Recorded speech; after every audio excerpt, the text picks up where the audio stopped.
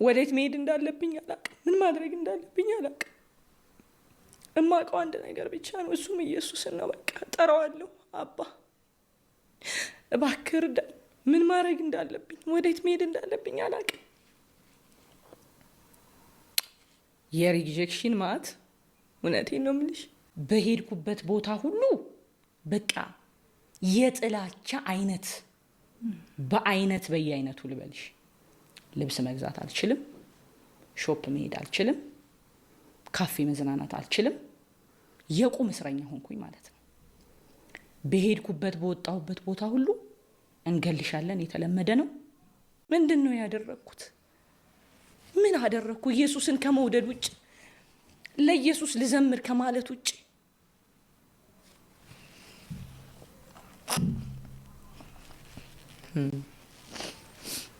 ባገኙኝ ቦታና ባገኙኝ ቦታ ሁሉን ማለት አልችልም። ሁሉም ኦርቶዶክስ ቤተክርስቲያንን ስለማይወክል ግን ለመግደል በቃ ይችን እንደው ደፍቶ እንትን የሚል ጠፋ።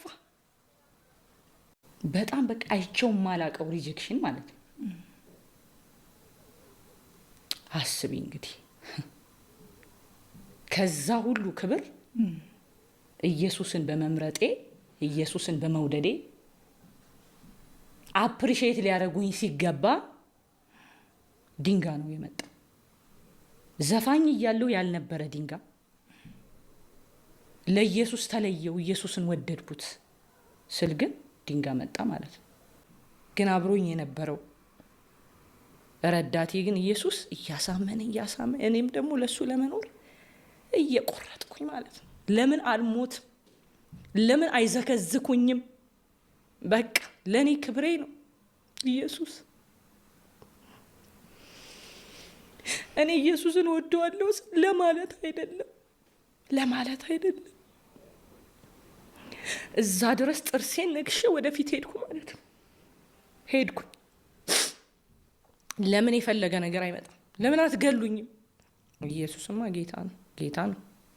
በሱ ጉዳይ ወደኋላ አይደለም። ምንም ሊፈጠር ይችላል ብዬ የገባኝን እውነት ጥርሴን ነክሼ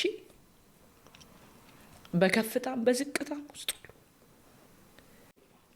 ይበልጥ ኢየሱስን እየቀረብኩት፣ ይበልጥ ኢየሱስን እየወደድኩት። በዚህ ሰልፉ አለ፣ በዚህ መከራው አለ፣ በዚህ አለመብላቱ አለ፣ በዚህ ውጣ ውረዱ አለ፣ በዚህ ጥላቻው አለ። ግን ኢየሱስ ወደ ራሱ እያስቀረበኝ እያስጠጋኝ፣ በምድረ በዳ ባብላታለሁ አይደል የሚለው፣ እያባበለኝ እኔም ሳልሞት ሰይጣንም ያስበው ሳይሳካለት